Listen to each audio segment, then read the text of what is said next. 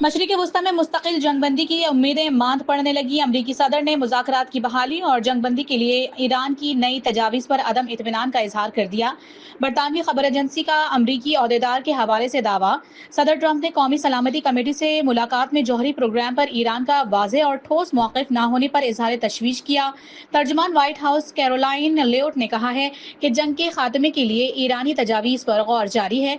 ऐसी डील कबूल नहीं जिसके तहत ईरान एटमी हथियार बनाए। ईरान चाहता है कि अमरीका आबनाए हुर्मुज़ की नाकाबंदी जल्द अज जल्द खत्म कर दे, क्योंकि ईरान की जानिब से बताया गया है कि वो बहुत कमजोर और इंतहाई बहरान की हालत में है। अमरीकी सदर डोनाल्ड ट्रंप का दावा। अमरीकी सदर ने सोशल मीडिया पर बयान में कहा है कि ईरान ने आबनाए हुर्मुज़ फौरी खोलने का मुतालबा किया है। ईरान के लोग अपनी क़यादत की सूरत हाल को समझने की कोशिश कर रहे हैं और उम्मीद है वो इसमें कामयाब हो जाएंगे।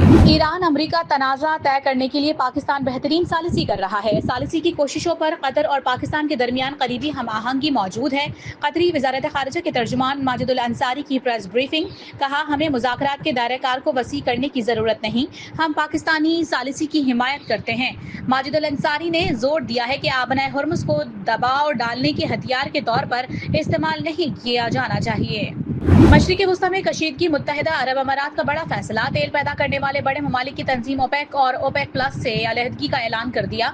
इमाराती खबर एजेंसी के मुताबिक ये फैसला 1 मई 2026 से नाफिजुल अमल होगा। फैसले से मुत्तहिदा अरब अमारात तेल की फरोख्त की पॉलिसी पर खुद मुख्तारी हासिल करेगा। आबनाए हुर्मुज़ की बंदिश पर अक़वाम मुत्तहिदा का हंगामी इजलास। UN secretary general Antonio Guterres का आलमी गुजरगाह फौरी खोलने का मुतालबा। कहा, कोई टोल टैक्स कबूल नहीं, आलमी मईशत को सांस लेने दें। ईरानी मंदूब ने अमरीकी नाकाबंदी गैर कानूनी करार दे दी। ईरान पर दोबारा हमला न होने की जमानत मांग ली।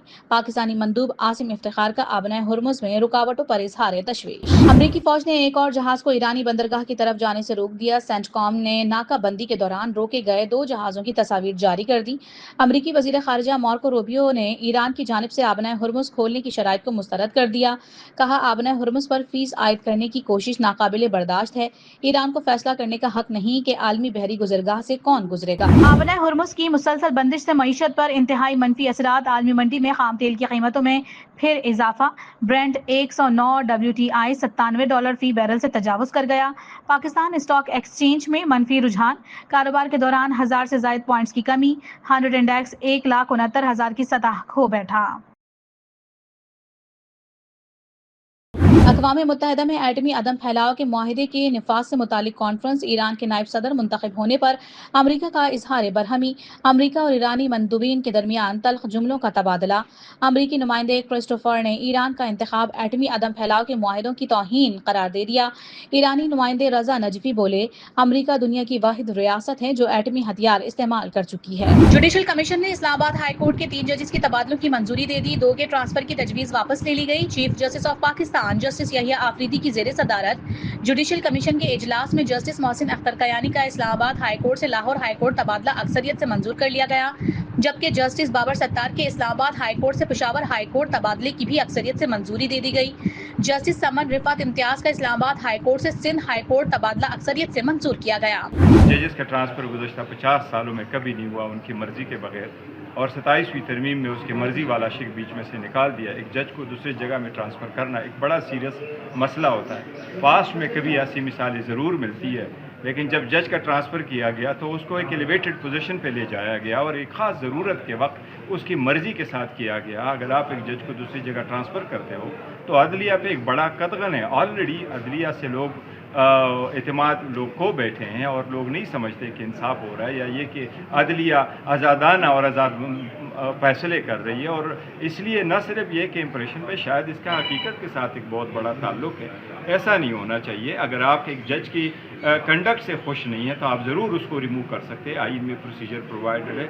आप कमीशन में काउंसिल में दरख्वास्त दे सकते हैं और उसकी अगर आपके पास रेफरेंस के मवाद है तो आप रेफरेंस फाइल कर लें। आप उसकी फैसले से नाखुश है तो आप अपने अपीलेट फोरम में जाए, उनको आप कंडक्ट करें। लेकिन ऐसे जजेस को ट्रांसफ़र करना जो ऑलरेडी फ्रैक्चर जुडिशरी है, इससे लोगों का मज़ीद एतमाद उठ जाएगा। ख़ासकर मैं आज प्रोटेस्ट भी हम करेंगे और बड़ा सीरियसली उसको ऑब्जेक्ट करेंगे, बट मैं इब्तिदा में जजेस को कमीशन से दरख्वास्त भी करूँगा कि ये हाई टाइम्स है।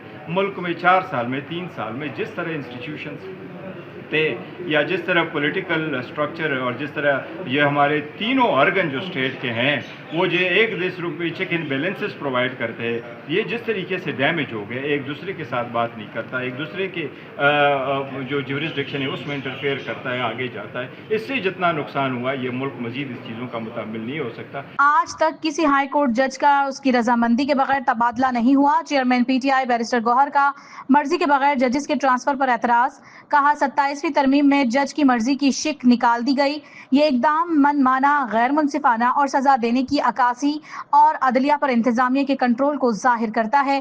ججز کو آزادانہ طور پر اپنے فرائض انجام دینے کا موقع دیا جائے۔ پی ٹی اے ٹریبیونل کے ممبر فائنانس کی عدم تعیناتی پر وزیر اعظم شہباز شریف اسلام آباد ہائی کورٹ میں طلب۔ جسٹس محسن اختر کیانی نے کہا کہ وزیر اعظم 18 مئی کو ذاتی حیثیت میں پیش ہوں اور بتائیں کہ ٹریبیونل کے ممبر فائنانس کی تعیناتی کیوں نہیں ہوئی۔ I M F executive board کا اجلاس 8 مئی کو طلب۔ پاکستان کے لیے 1 ارب 20 کروڑ ڈالر کی اگلی قسط کی منظوری دی جائے گی۔ موسمیاتی تبدیلی کے آر ایس ایف پروگرام کے دوسرے جائزے کی بھی منظوری دی جائے گی۔ پاکستان اور آئی ایم ایف کے درمیان اسٹاف لیول معاہدہ 27 مارچ کو طے پایا تھا۔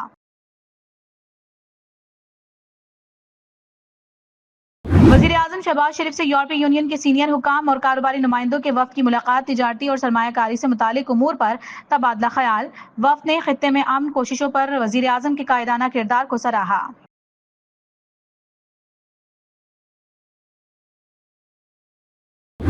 وزیر خزانہ محمد اورنگزیب کا آئندہ ماہ 25 کروڑ ڈالر کا پانڈا بانڈ جاری کرنے کا اعلان، کہا آئندہ ماہ آئی ایم ایف سے نئی قسط مل جائے گی۔ سعودی عرب کے بعد دیگر دوست ممالک سے فائنینسنگ کے حصول کا ارادہ نہیں، جی ڈی پی 4% تک رہنے کی امید ہے۔ مارچ میں کرنٹ اکاؤنٹ 1 ارب ڈالر سے زائد سرپلس رہا۔ گزشتہ ماہ روشن ڈیجیٹل اکاؤنٹ میں 260 ملین ڈالر آئے۔ صدر آصف علی زرداری کا دورہ چین، صوبہ ہنان میں ماؤ زے تنگ کے آبائی شہر شاوشان کا دورہ، پیپلز کانگریس کی سینئر رہنما جی یونگ کی جانب سے استقبال، صدر مملکت کا چین کے انقلابی رہنما کو خراج عقیدت، مجسمے پر پھول چڑھائے، ماؤ زے تنگ میموریل میوزیم کا بھی دورہ کیا۔ پی ٹی اے نجکاری میں بڑی پیش رفت، عارف حبیب کنسورشیم نے پی آئی اے کے 100% شیئرز خرید لیے۔ ترجمان پی آئی اے کنسورشیم کے مطابق عارف حبیب کنسورشیم نے پی آئی اے کے مزید 25% شیئرز کی رقم جمع کروا دی۔ معاہدے کے تحت 45 ارب روپے کی بینک گارنٹی بھی جمع کروا دی گئی۔ عارف حبیب کنسورشیم کے پاس پی آئی اے کے 25% شیئرز کی خریداری کا آپشن موجود تھا، جبکہ انہوں نے پی آئی اے کے 75% شیئرز پہلے ہی خریدے ہوئے ہیں۔